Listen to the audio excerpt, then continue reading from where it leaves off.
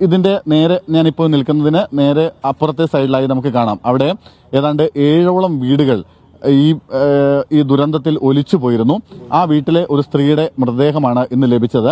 അവരുടെ മൃതദേഹം അല്പസമയം മുമ്പ് ഇവിടെ ആശുപത്രിയിൽ നിന്ന് പോസ്റ്റ്മോർട്ടം നടപടികളും മറ്റും പൂർത്തിയാക്കി ഇവിടേക്ക് കൊണ്ടുവന്നു. അതിനുശേഷം അതിന് തൊട്ടടുത്ത് തന്നെ ആ സംസ്കാരവും കഴിയുകയും ചെയ്തു. അവരുടെ ബന്ധുക്കളടക്കമുള്ള ആളുകൾ ഇപ്പോഴും അവിടെ ഉണ്ട്.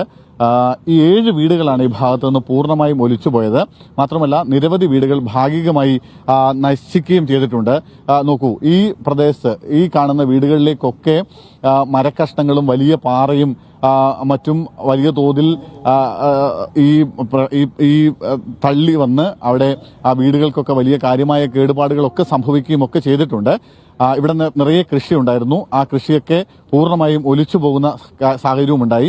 ഈ 7 വീടുകളിലായി നിരവധി ആളുകളെ ഇപ്പോൾ ദുരിതാശ്വാസ ക്യാമ്പുകളിലേക്ക് മാറ്റുകയും ചെയ്തിട്ടുണ്ട്.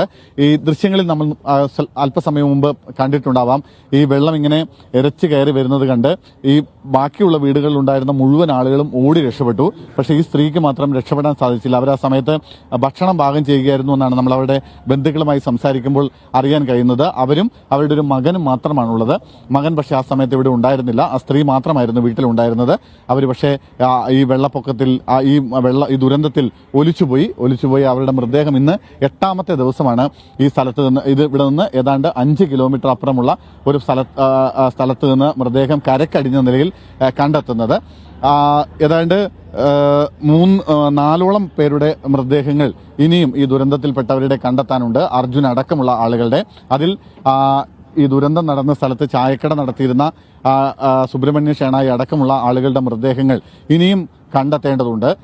അത്തരമൊരു തെരച്ചിലും ഇതിന്റെ ഭാഗമായി തന്നെ ഇതിനൊപ്പം തന്നെ നടക്കുന്നുണ്ട്. എന്തായാലും നിലവിലെ ഒരു സാഹചര്യം അനുസരിച്ച് ഇവിടുത്തെ ഈ രക്ഷാപ്രവർത്തനം ഇന്ന് കാര്യമായ രക്ഷാപ്രവർത്തനമോ തെരച്ചിലോ ഇന്ന് നടന്നിട്ടില്ല എന്ന് പറയുന്നതാണ് യാഥാർത്ഥ്യം. എന്തായാലും വരും ദിവസങ്ങളിലും ഈ തെരച്ചിൽ തുടരാൻ തന്നെയാണ് നിലവിലുള്ള ഒരു തീരുമാനം.